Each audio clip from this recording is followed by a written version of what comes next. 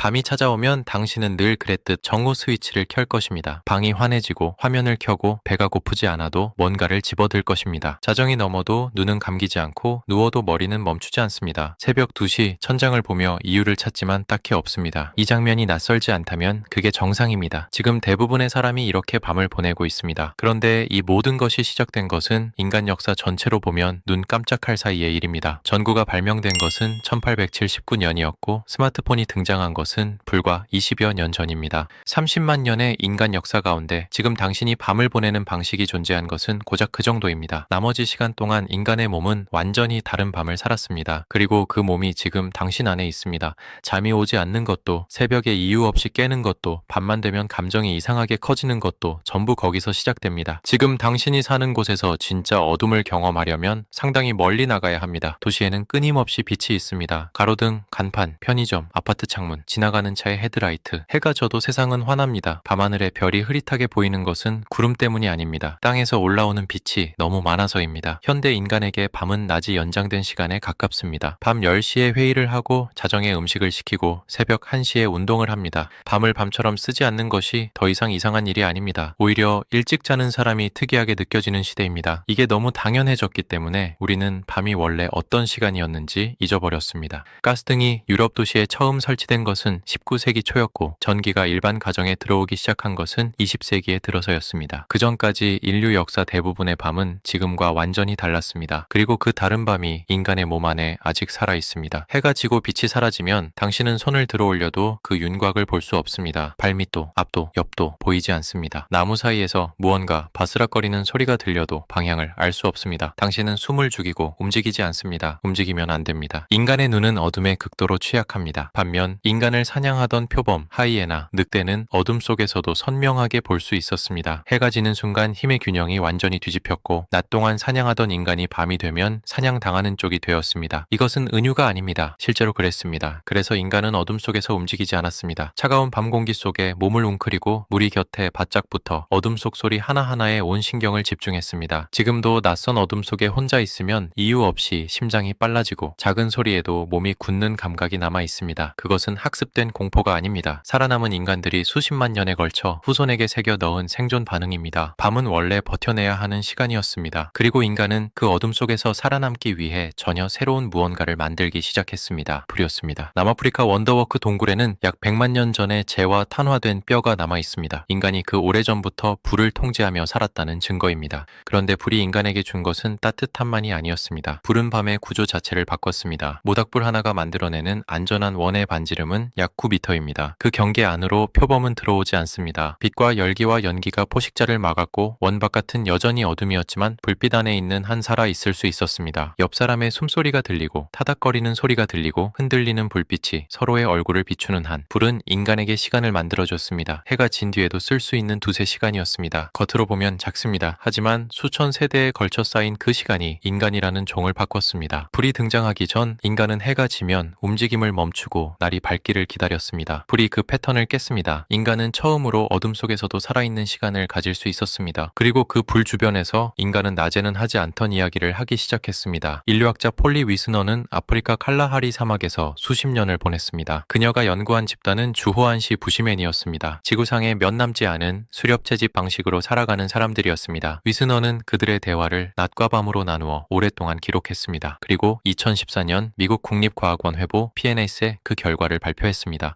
낮 동안 대화의 약 80%는 실용적인 내용이었습니다. 어디서 사냥이 잘 되는지, 어떤 식물을 먹을 수 있는지, 누가 무엇을 가져갔는지 생존에 필요한 정보들이었습니다. 그런데 밤이 되고 불 주변에 모여 앉으면 대화의 성격이 완전히 달라졌습니다. 81%가 이야기였습니다. 먼 곳 사람들의 이야기, 오래전 일들, 세상이 어떻게 시작되었는지에 대한 신화, 그리고 온 캠프가 함께 웃는 농담들. 낮은 살아남기 위한 시간이었습니다. 밤은 인간이 되기 위한 시간이었습니다. 위스너는 이것이 단순한 여가가 아니라고 했습니다. 불 주변의 이야기 시간이 공동체의 기억을 만들었고 직접 만난 적 없는 사람들과도 연결되게 했고 지금 눈앞에 없는 것을 머릿속에 그리는 능력을 키웠다고 했습니다.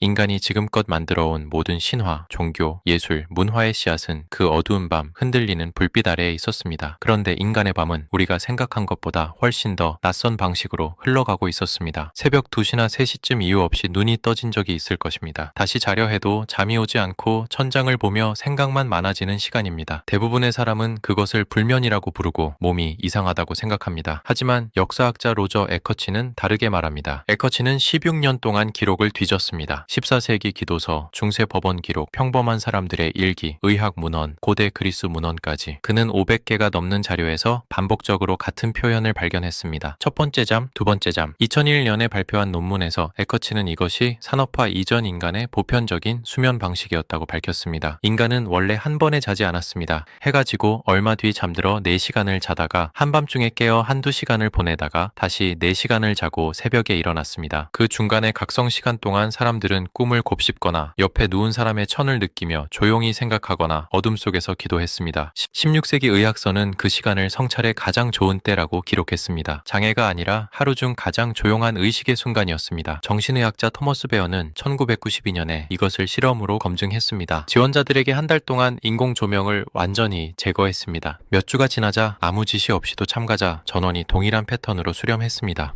4시간 수면, 한두 시간의 조용한 각성, 다시 4시간. 베어가 그 각성 상태의 호르몬 수치를 측정했을 때 뇌에서는 멜라토닌과 함께 명상 상태에서 분비되는 프로락틴이 평소보다 높게 나타나고 있었습니다. 참가자들은 그 시간을 평온하고 사색적인 상태라고 표현했습니다. 불면은 장애가 아닐 수 있습니다. 당신 몸이 30만 년 동안 해온 방식으로 밤을 보내려는 것일 수 있습니다. 문제는 인간의 몸이 아니라 밤 자체가 너무 빠르게 바뀌어 버렸다는 데 있었습니다. 1879년 토머스 에디슨이 전구를 상용화했습니다. 한 세대가 지나지 않아 도시의 밤이 바뀌었습니다. 인간이 30만 년 동안 두려워하던 어둠이 사라졌습니다. 그것은 분명히 진보였습니다. 하지만 몸은 다르게 반응했습니다. 현대 인간은 해가 진 뒤 평균 7시간에서 8시간 동안 인공 조명에 노출됩니다. 스마트폰과 모니터에서 나오는 청색광은 뇌에 지금이 낮이라는 신호를 보냅니다. 뇌는 그 신호를 그대로 받아들입니다. 밤 11시에 화면을 보고 있어도 뇌의 식교차상핵, 즉 몸속 시계를 관장하는 신경 구조는 지금이 대낮이라고 판단합니다. 그 결과 수면을 유도하는 호르몬인 멜라토닌의 분비가 2시간에서 3시간씩 늦춰집니다. 잠이 오지 않고 억지로 자도 깊이 들지 않고 아침에 깨도 개운하지 않습니다. 연구자들은 인공 조명 없이 단 일주일을 야영한 사람들의 멜라토닌 분비 시각이 평균 2시간 앞당겨지는 것을 확인했습니다. 단 일주일이었습니다. 30만 년의 프로그램이 일주일 만에 다시 작동하기 시작했습니다. 잃어버린 것은 수면만이 아닙니다. 베어의 실험에서 참가자들이 경험했던 그 한두 시간의 각성 상태, 멜라토닌과 프로락틴이 동시에 높아지며 만들어내던 그 조용하고 사색적인 의식의 단계가 현대 인간에게는 존재하지 않습니다. 그 자리를 불면이 채우고 있습니다. 그리고 우리는 그것을 장애로 분류하고 약으로 누릅니다. 인간은 정말 이렇게 밝고 이렇게 혼자인 밤 속에서 살아가도록 만들어진 존재일까요? 새벽에 이유 없이 눈이 떠지고 밤이 깊어질수록 감정이 이상하게 커지고 혼자 있는 어둠 속에서 설명할 수 없는 외로움이 밀려올 때 당신은 그것을 피곤함이라고, 스트레스라고, 예민함이라고 부릅니다. 하지만 그것은 고장이 아닙니다. 당신 몸은 지금도 그 밤을 살고 있습니다. 불 주변에 모여 앉아 서로의 천을 느끼며 이야기하던 밤을 기억하고 있습니다. 한밤중에 깨어 조용히 생각하다 다시 잠드는 밤을 기억하고 있습니다. 그 수십만 년의 밤이 당신 안에 새겨져 있습니다. 스위치 하나로 어둠을 지운 것은 불과 100여 년 전의 일입니다. 그러나 몸은 아직도 그 이전의 밤을 살고 있습니다. 잠이 오지 않는 것도, 새벽에 깨는 것도, 밤만 되면 누군가가 그리워지는 것도 전부 오래된 인간이 보내는 신호입니다. 그 신호가 이상한 것이 아닙니다. 그 신호를 낼 수 없는 밤이 이상한 것입니다.